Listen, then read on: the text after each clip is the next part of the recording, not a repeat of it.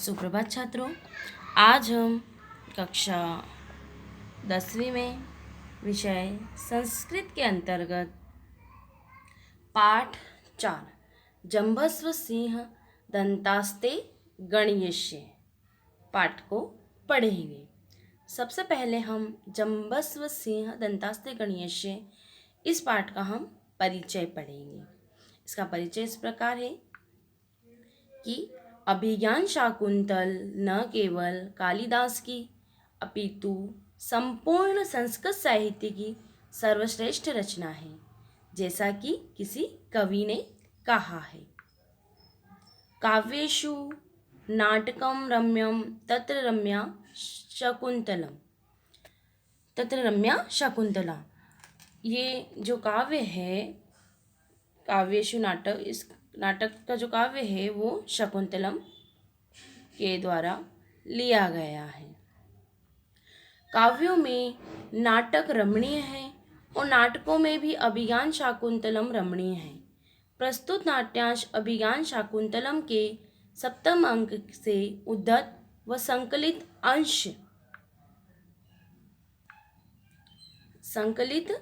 अंश है कि दानवों के साथ युद्ध करने पर इंद्र की विजय के बाद इंद्रपुरी यानी कि अमरावती से लौटते समय राजा दुष्यंत मार्ग में महर्षि मारीच के आश्रम में विश्राम करता है। वहाँ पर बालक सर्वदमन की सिंह शिशु के साथ क्रीड़ा और व्यवहार चंचलता को देखकर उसके मन में बालक के प्रति स्वाभाविक आकर्षण उत्पन्न हो जाता है और धीरे धीरे बातचीत के प्रसंग से उसे विश्वास हो जाता है कि सर्वदमन उसी का पुत्र है।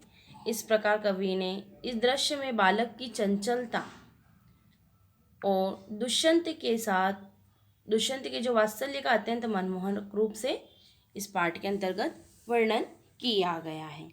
अब हम इस पाठ के जो नाट्यांश हैं उनका हिंदी अनुवाद एवं सप्रसंग उनकी संस्कृत अनुवाद भी हम देखेंगे।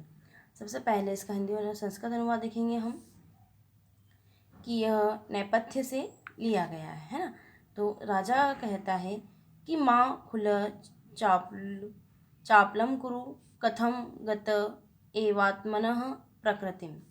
राजा कहता है कि कर्ण दत्वा अभूमिः इयम् अविनयस्य कौन नु खल्वेशः निषिध्यते। जिस प्रकार से राजा कह रहा है कि वो नेपथ्य से पहले वो यहाँ से नेपथ्य से लेकर गया है ना। तो चंचलता मत करो और क्या वही अपने स्वभाव को प्राप्त हो गया है, ऐसा वह कहता है। तो कर्ण दत्वा यानी कि वो कान लगाकर सुनता है कि अभूमियम अविनश्य है ना, कि यह स्थान तो अविनश्य अभूमि है, किस अशिष्टाचारण के योग्य नहीं है। शब्दानुसारण अवलोक्यम सविस्मयनम अये को न खल अयम अनुबध्यमानः तपस्विनी व्याम अबाल सत्वो बालः अर्धपीतस्तनं मातुर्मर्द क्लिष्टकेशरं प्रकटितुं सिंहशिशु बालात्कारेण कर्षति तत्प्रविशति यथा निर्दिष्टकर्मा तपस्विनीभ्यां सह बालः। इसके हम पहले कठिन शब्दार्थों को देखेंगे। इसके कठिन शब्दार्थ इस प्रकार है कि माँ का अर्थ होता है इसमें न या नहीं, है ना। और चापलम का अर्थ है चंचलता, प्रकृति यानी कि स्वभाव, अभूमि का अर्थ है अनुचित स्थान या अयोग्य, अविनयस्य यानी कि चंचलता को, निषिध्यते इन्हें हटा रहा है, अवलोक्यम यानी कि देखकर, सविस्मयस्य यानी कि आश्चर्य से, अनुविद्यमान यानी कि अनुसरण करके रोकते हुए, और अबाल सत्व यानी कि असाधारण शक्ति से युक्त, अर्ध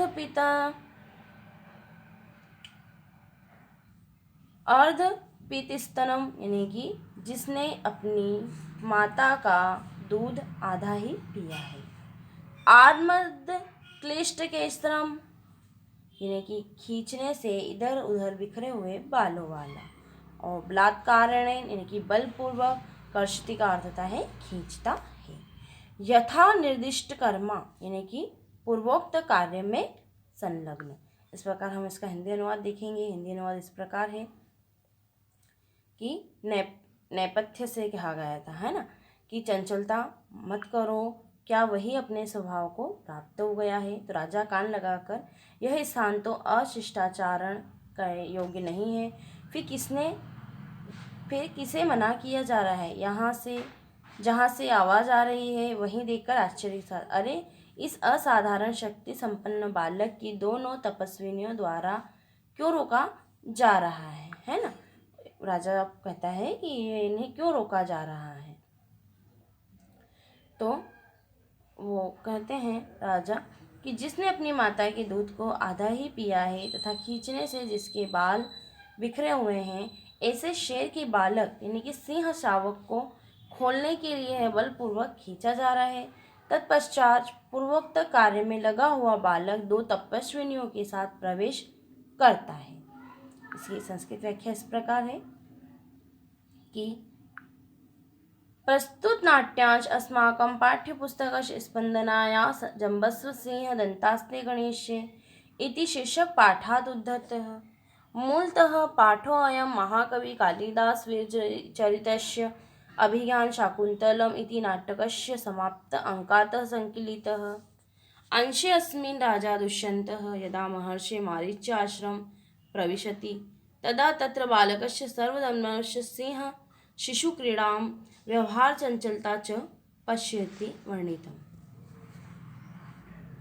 ये इसका प्रसंग था। इसकी व्याख्या इस प्रकार है कि नेपथ्य ध्वनि श्रूयते, कि नेपथ्य की ध्वनि में सुनती है कि चंचलता न करोतु एषः तु स्वयस्य स्वभावमेव प्राप्नोति किम। राजा दुष्यंत कहते हैं कि ध्यानपूर्वक हम श्रुतवाणी की कान लगा के भी ध्यानपूर्वक सुनते हैं, है ना। तो एतत् चंचलतायाः स्थानं नास्ति, अयं बालकं केन निर्वायते शब्दानुसारेण दृष्ट्वा आश्चर्येण सह भव एषः कः निश्चयेन तपस्विनीभ्याम् अनुसरणं कृत्वा अवरुध्यमानः असाधारण शक्तिसम्पन्न बालकः येन स्वमातुदुग्धम् अधर्म एव पितं यश्च आकर्षणेन अस्तस्य केशवयुक्तः केशरी सावकां क्रीडा कर्तुं बलपूर्वकम् आकर्षत् नयति वा। तदनन्तरं पूर्वोक्त कार्यसंलग्नं बालकः तपस्विनीभ्यां साकं प्रवेशं करोति। इसमें विशेष इस प्रकार है इसका कि नाट्ये अस्मिन् बालकस्य स्वाभाविक चंचलता निर्भीकता च प्रकटिता। इस नाट्य के अंश में बालक की जो स्वाभाविक चंचलता है वो निर्भय होकर प्रकट की गई है। अत्र बालकस्य सर्वदमन क्षत्रिय बालकवत् पराक्रम प्रदर्शित। बालक जो सर्वदमन है वो क्षत्रिय बालक है और वह अपने क्षत्रिय धर्म का पराक्रम यहाँ पर प्रदर्शित करता है। अत्र सिंहसावकेन सह बाल क्रीडाया चित्रणं रम्यमस्ति। यहाँ पर जो सिंह का जो बच्चा है, शेर का छोटा सा एक बच्चा है, उसके साथ वो बाल क्रीड़ा कर रहा है, उसके साथ खेल रहा है, इस बारे में बताया गया है।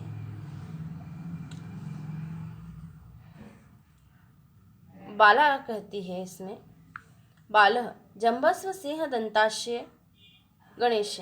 बालक क्या कह रहा है कि जम्बस्व सिंह के जो शहर है, इसके बच्चा है, इसके दांतों को मैं गिनना चाहता हूँ। प्रथमा अविनीति किम नौपत्य निर्विशेषाणि सत्वानि विप्रक्रोशी हन्तः वर्धते ते सरम्भः स्थाने खलु ऋषिजनेन सर्वदमनम् इति कृतनामं ध्येयो असि। द्वितीया एषा खलु केसरिणी त्वा लघुष्यदिति यदि तस्या पुत्रकं न मुञ्चसि। तो बालक कहता है कि सस्मितम् अहो बलिः खलु भीतो अस्मिन् इत्यधरं दर्शयति। प्रथम कहती है कि वस एन बाल मृगेन्द्र मुंच अपरम ते क्रीडनकम दास्यामि बालः कुत्र दैहेद्य इति हस्तम प्रसारयति।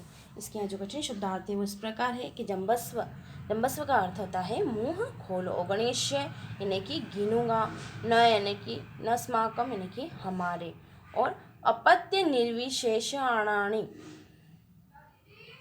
इसका अर्थ होता है कि संतान के समान, सत्वानी यानी कि प्राणियों का, विप्रकरोषि यानी कि परेशान कर रहे हो, हंतः यानी कि खेदजनक अवयव, और सरंभम संरंभम क्रोध, कृतनामधेय इसका अर्थ होता है नाम रखा हुआ, केसरिणी यानी कि सिंह या शैरिणी, लंघयिष्यति लंघिष्यति यानी कि आक्रमण करेगी, मुंचसी यानी कि छोड़ते हो, बलीय यानी कि अत्यधिक, अधरम यानी कि अधरोष्ठ होठ जो होते हैं ना अधरम, और बाल मृगेंद्र यानी कि सिंह या शावक को, और अपरम यानी कि दूसरा। इसका हिंदी अनुवाद इस प्रकार है कि बालक कहता है कि सिंह मुंह खोलो, मैं तुम्हारे दांतों को गिनूंगा।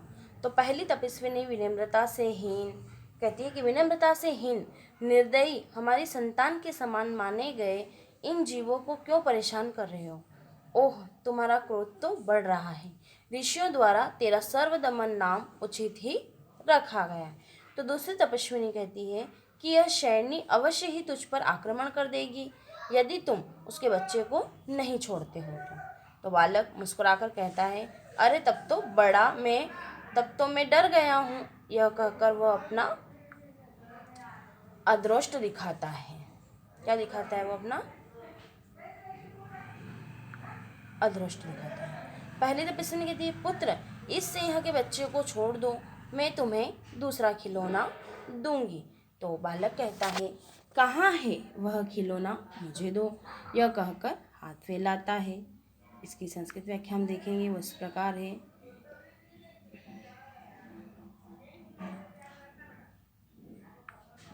प्रसंग संस्कृत प्रस्तुत नाट्यांश अस्माकं पाठ्यपुस्तकस्य स्पन्दनाय जम्बस्व सिंह दन्तास्ते गणेशे इति शीर्षक पाठात् उद्धत।